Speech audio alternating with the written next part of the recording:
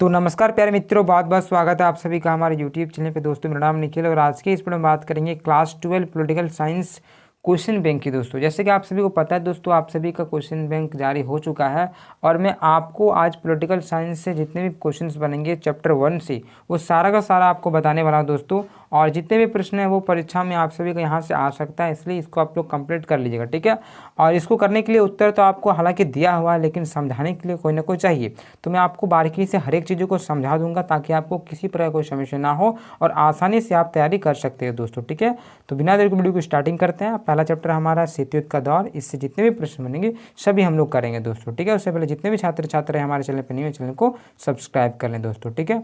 तो ये रहा हमारा फर्स्ट चैप्टर शीतयुद्ध का दौर। यहाँ से फर्स्ट में जो स्टार्टिंग हमारा जितने भी प्रश्न बनेंगे वो सारा का सारा ऑब्जेक्टिव बनेगा, ठीक है। क्योंकि हमारा जो एग्जाम होने वाला दोस्तों ऑब्जेक्टिव और सब्जेक्टिव दोनों मिला के होने वाला, ठीक है। तो देख सकते हो यहाँ पे जो आपका ऑब्जेक्टिव जो फर्स्ट क्वेश्चन पूछा जा रहा है कि शीतयुद्ध की शुरुआत कब से मानी जाती है। तो दोस्तों शीतयुद्ध का जो स्टार्टिंग माना जाता है, शुरुआत माना जाता है, वो 1945 से माना जाता है दोस्तों। कब से? 1945 से। तो इसलिए ऑप्शन जो आपका एक दिखाई दे रहा है सन 1945, वो आपका सही सा उत्तर हो जाता है दोस्तों, ठीक है।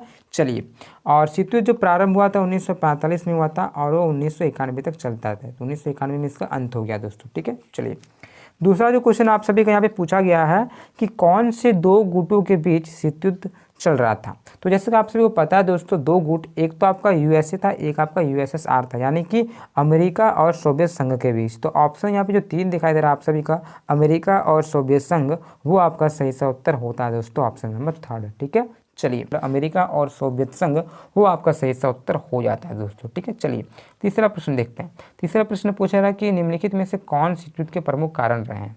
तो कारण पूछा गया है दोस्तों, तो आपका 1, 2, 3, ये तीनों के तीनों आपका सही सा उत्तर होगा दोस्तों। यानी कि ऑप्शन में जो 4 दिखाई दे रहा उपयुक्त सही आप सभी, वो आपका सही सा उत्तर होगा दोस्तों, ठीक है। तो आपका ऑप्शन डी सही सा उत्तर होता है। तो अब बात करेंगे दोस्तों चौथा प्रश्न की। चौथा जो प्रश्न पूछा गया है कि नाटो की स्थापना कब हुई। दोस्तों नाटो का जो स्थापना हुआ था सन 1949 में हुआ था दोस्तों, आपको याद रखना है। तो ये किया गया था अमेरिका के द्वारा दोस्तों। तो ऑप्शन जो जो एक दिखाई दे रहा है आप सभी का, अप्रैल सन 1949, वो आपका सही सा उत्तर होता है दोस्तों, आपको याद रखना है। नाटो, सीटो, सेंटो, 3 चीज़ आपका अमेरिका ने बनाया था दोस्तों, आपको याद रखना है। और चौथा आपका एक बनाया था सोवियत संघ ने बनाया था आपका वार्सा संधि, जिसको हम लोग वार्सा पैक्ट भी बोलते हैं दोस्तों, वो सोवियत संघ ने बनाया था। लेकिन अमेरिका ने नाटो, सीटो, सेंटो, ये 3 चीज़ें बनाई थी, ठीक है। चलिए, पांचवा प्रश्न देखते हैं। पांचवा जो प्रश्न पूछा गया कि नाटो की स्थापना का मुख्य उद्देश्य क्या था। तो दोस्तों इसका जो मेन उद्देश्य था ना, वो सोवियत संघ से बचना था, यानी कि सोवियत संघ से अपने आप को बचाने के लिए किया गया था। तो ऑप्शन में जो 3 दिखाई दे रहा है आपका, पश्चिमी यूरोप में, ठीक है, सोवियत प्रभाव के विस्तार को रोकना, यानी कि सोवियत का जो प्रभाव पड़ेगा, सोवियत संघ जो है वो पूर्व की ओर पड़ रहा था और जो अमेरिका है वो पश्चिम की ओर पड़ता है, ठीक है। तो ये क्या बोला जा रहा है कि पश्चिम यूरोप में सोवियत संघ के प्रभाव को रोकने के लिए ये बनाया गया था। तो ऑप्शन जो 3 दिखाई दे रहा है वो आपका सही सा उत्तर होता है दोस्तों, ठीक है। चलिए, पांचवा हो गया। छठा देखेंगे। छठा प्रश्न पूछा गया कि नाटो की स्थापना के समय, ठीक है, कितने देश शामिल थे। जिस समय नाटो बना था, कब बना था? 1949 में बना था दोस्तों, आप सभी को पता है। तो इस समय कितने देश शामिल थे?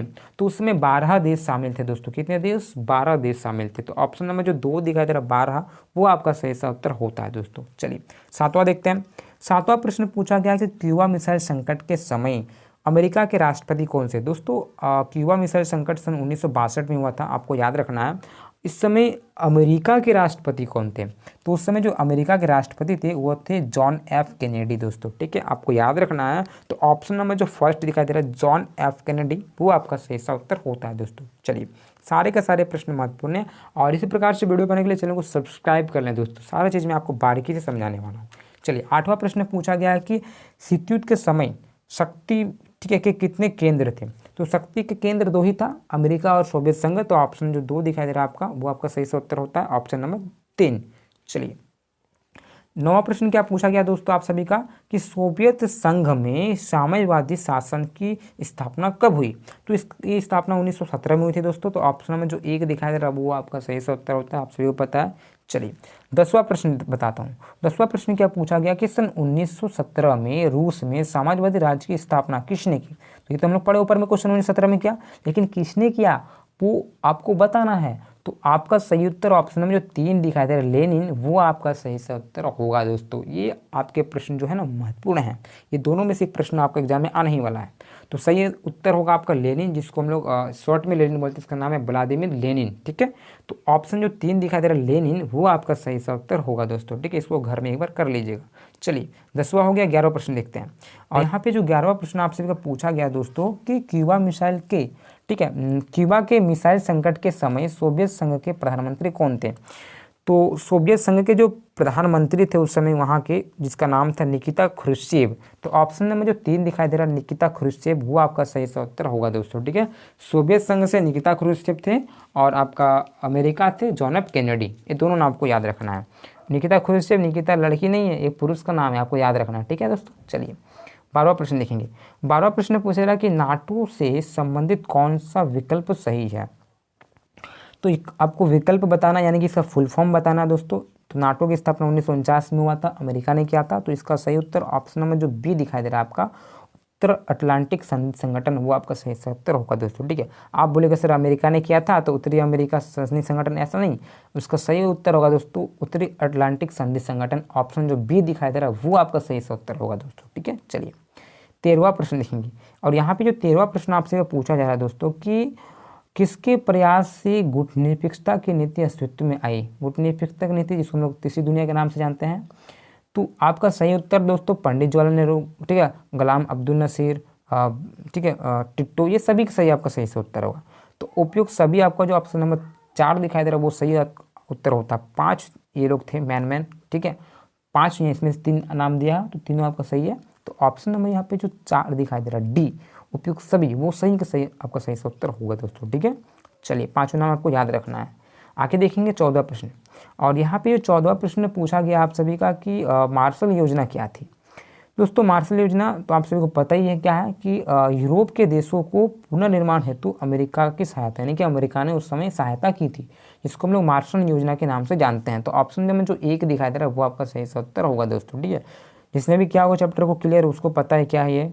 चलिए और 15वां प्रश्न देखेंगे दोस्तों। 15वां प्रश्न पूछा रहा कि शीत युद्ध का चरम बिंदु किसे माना जाता है? दोस्तों शीत युद्ध का जो चरम बिंदु माना जाता है वो माना जाता है 1962 का जो क्यूबा मिसाइल संकट है उसे माना जाता है। ठीक है, तो क्यूबा मिसाइल संकट आपका सही सा उत्तर ऑप्शन नंबर 3 हो जाएगा दोस्तों। ठीक है, चलिए 16वां प्रश्न देखेंगे। और यहाँ पे 16वां प्रश्न पूछा रहा कि आपका प्रथम गुटनिरपेक्ष सम्मेलन के अध्यक्ष कौन थे? तो प्रथम गुटनिरपेक्ष सम्मेलन के तो अध्यक्ष थे वो थे मार्शल टिट्टो। तो आपका ऑप्शन जो हमें जो यहाँ पे 4 दिखाई दे रहा है डी, मार्शल टिट्टो, वो आपका सही सा उत्तर होगा दोस्तों। ठीक है, चलिए 17वां प्रश्न पूछ रहा कि किस देश ने नाटो में अमेरिकी नेतृत्व का विरोध किया? ये प्रश्न बहुत इंपॉर्टेंट है, बहुत सारे परीक्षाओं में ये आए भी हैं।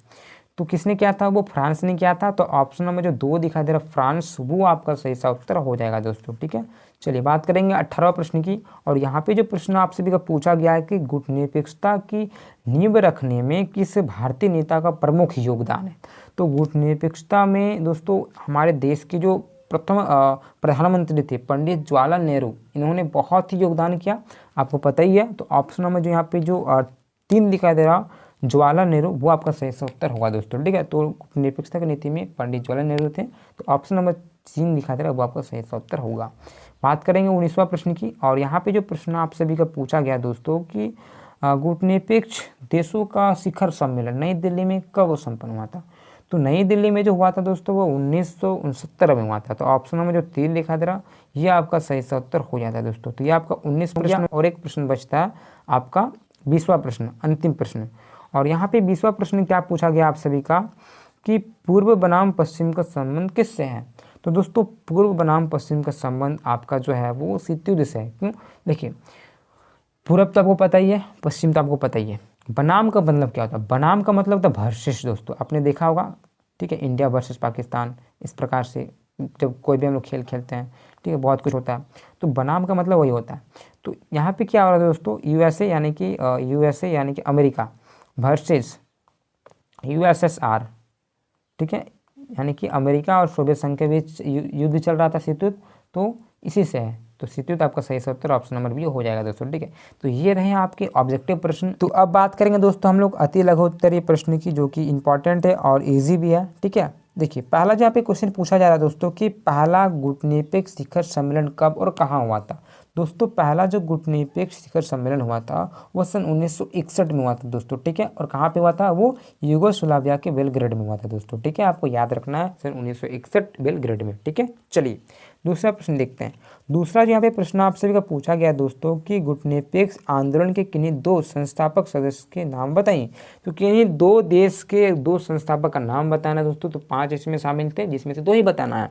तो पहला तो आप बता सकते हो दोस्तों, हमारे भारत से कौन थे, भारत से पंडित जवाहरलाल नेहरू थे, एक हो गया। दूसरा आप बोल सकते हो दोस्तों यूगोस्लाविया की जोसेफ ब्राज टिटो, वो आपका सही से उत्तर हो जाएगा दोस्तों, ठीक है। ये 2 आप नाम हो गया। चलिए यहाँ पे देखेंगे तीसरा प्रश्न। तीसरा जो प्रश्न पूछा गया कि गुटनिरपेक्षता का क्या अर्थ है। दोस्तों गुटनिरपेक्षता का अर्थ होता है किसी भी गुट में अपने आप को शामिल ना करना दोस्तों, और अपनी स्वतंत्र नीति का अनुसरण करना। देखिए गुटनिरपेक्षता को कब अपनाए हम लोग, क्यों अपनाएं, क्योंकि देखिए कुछ लोग क्या कर रहे थे, अमेरिका के पक्ष में जा रहे हैं, कुछ लोग सोवियत संघ के पक्ष में जा रहे थे शीत युद्ध के समय। तो हम लोग क्या बोले कि अभी तो हम लोग स्वतंत्र देश से अभी आज़ादी मिली है, और अभी गुटबाजी क्या करें, हम लोग अमेरिका के पक्ष में भी नहीं गए इसलिए हम लोग, और सोवियत संघ के पक्ष में भी इसलिए नहीं गए। अपने आप को हर एक गुटों से अलग रखें दोस्तों, यही आपका सही उत्तर होता है। चलिए तीसरा हो गया। चौथा देखेंगे। चौथा प्रश्न पूछा गया कि शीत युद्ध से क्या अभिप्राय, यानी कि शीत युद्ध से आप क्या समझते हैं। तो शीत युद्ध का मतलब क्या होता है दोस्तों कि सोवियत संघ और जो हमारा पड़ जाता है ये अमेरिका, तो अमेरिका और सोवियत संघ के बीच वह तनावपूर्ण अंतर्राष्ट्रीय राजनीतिक स्थिति जो कि द्वितीय विश्व युद्ध के बाद सन 1945 से सन 1990 ईस्वी तक जारी रही, उसे हम लोग शीत युद्ध बोलते हैं। तो अमेरिका और सोवियत संघ के बीच 1945 से 1990 के बीच जो युद्ध चला था वही आपका शीत युद्ध है। एक प्रकार से हम लोग बोल सकते हैं शीत युद्ध एक ऐसा युद्ध है जिसमें लगे कि युद्ध होकर रहेगा, लेकिन वास्तव में ऐसा कोई युद्ध ना हो, उससे हम लोग शीत युद्ध बोलेंगे दोस्तों, ठीक है। इस प्रकार से भी आप बोल सकते हो कि शीत युद्ध का अर्थ है कि लगेगा कि एकदम युद्ध होकर रहेगा, ठीक है, पूरा चांसेस बनेंगे कि युद्ध हो जाएगा हो जाएगा हो जाएगा, लेकिन ऐसा कोई युद्ध ना हो, उसे हम लोग शीत युद्ध बोलेंगे। और यह युद्ध अमेरिका और सोवियत संघ के बीच 1945 से 1990 में तक चली, ठीक है। यही आपका सही उत्तर होता है, आसानी से लिख दीजिएगा। चलिए हो गया, समझ गए ना बात को। चलिए पांचवा देखेंगे। पांचवा जो प्रश्न पूछा गया कि शीत युद्ध के लिए कौन 2 महाशक्तियों, ठीक है, महाशक्ति यानी कि महाशक्तिशाली देश उत्तरदायी थे। वही हमारा सोवियत संघ और कौन दोस्तों, अमेरिका, वही हो गया, ठीक है। तो शीत युद्ध के लिए 2 महाशक्तिशाली देश कौन उभरे, एक तो आपका सोवियत संघ और संयुक्त राज्य अमेरिका, 2 देश इजी था। चलिए तो अब हम लोग देखेंगे छठा प्रश्न दोस्तों। छठा जो प्रश्न पूछा जा रहा है कि शीत युद्ध काल में पश्चिम और पूर्वी गठबंधन के क्या नाम थे। दोस्तों शीत युद्ध काल में पश्चिम गठबंधन को नाटो और पूर्वी गठबंधन को वार्सा संधि के नाम से जाना जाता है। दोस्तों अमेरिका जो कि पश्चिम की ओर था, उन्होंने बनाया था नाटो, आपको पता ही है। और जो पूरब की ओर थे कौन था दोस्तों, वो सोवियत संघ था, तो इसने बनाया था वार्सा संधि, जिसको लोग वार्सा पैक्ट भी बोलते हैं दोस्तों। तो नाटो की स्थापना 1949 में हुआ था दोस्तों, और वार्सा संधि है जिसको वार्सा पैक्ट बोलेंगे, उसका स्थापना 1955 में हुआ था दोस्तों। तो ये आपको याद रखना है दोस्तों, ठीक है, समझ गए। पश्चिमी बोले तो आपका नाटो और पूर्वी बोले तो आपका वार्सा संधि। क्लियर। चलिए सातवां देखते हैं। सातवां आपका प्रश्न पूछा गया दोस्तों कि द्वितीय विश्व युद्ध के समय हिरोशिमा और नागासाकी पर गिराए गए परमाणु बम को क्या नाम दिया गया। दोस्तों हिरोशिमा और नागासाकी में जो बम गिराया गया था, एक का नाम था आपका फेटमैन, आपका लिटिल बॉय। तो मैं आपको बारीकी से बताने वाला हूँ दोस्तों। देखिए द्वितीय विश्व युद्ध के समय हिरोशिमा और नागासाकी पर गिराए गए परमाणु बम, पहला का नाम था आपका लिटिल बॉय जो कि आपका 6 अगस्त 1945 में गिराया था, और दूसरा का नाम था आपका फेटमैन दोस्तों, ठीक है, जो कि 9 अगस्त 1945 में गिराया गया था। तो आप पहला बोलना आपका लिटिल बॉय, दूसरा आपका फेटमैन दोस्तों, लिटिल बॉय फेटमैन, लिटिल बॉय फेटमैन, 6 अगस्त, ठीक है, और इधर 9 अगस्त आपको याद रखना है। चलिए तो 2 परमाणु बम गिराए गए थे, 6 अगस्त 1945 लिटिल बॉय, दूसरा आपका 9 अगस्त 1945 फेटमैन, समझ गए। चलिए 8वां प्रश्न देखते हैं। 8वां प्रश्न पूछा जा रहा है कि मार्शल योजना क्या था दोस्तों। अभी ऊपर हम लोग ऑब्जेक्टिव में देखें क्या था, एक बार फिर से हम लोग देखने का प्रयास करते हैं डीप तरीके से क्या है दोस्तों। सन 1947 ईस्वी में अमेरिकी विदेश सचिव मार्शल ने यूरोप को अरबों डॉलर सहायता देने की योजना बनाई, जिससे कि युद्ध के प्रभाव की, ठीक है, क्षतिपूर्ति होगा।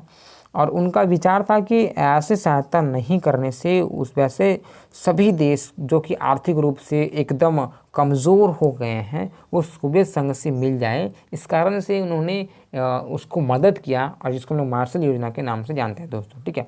तो बहुत सारे देश जो युद्ध लड़ रहे थे और उसका आर्थिक सिस्टम डाउन हो गया था, उस समय अगर सहयोग नहीं करते तो जाहिर सी बात है अमेरिका अगर नहीं करे तो सोवियत संघ उसको मदद कर देगा, अगर सोवियत संघ मदद कर दिया तो इन दोनों को तो युद्ध चल रहा है। तो इसलिए उन्होंने क्या किया था, मार्शल ने इसका मदद किया था, जिसको मार्शल योजना बोलते हैं दोस्तों। ठीक है, चलिए ये हो गया आपका 8वां प्रश्न।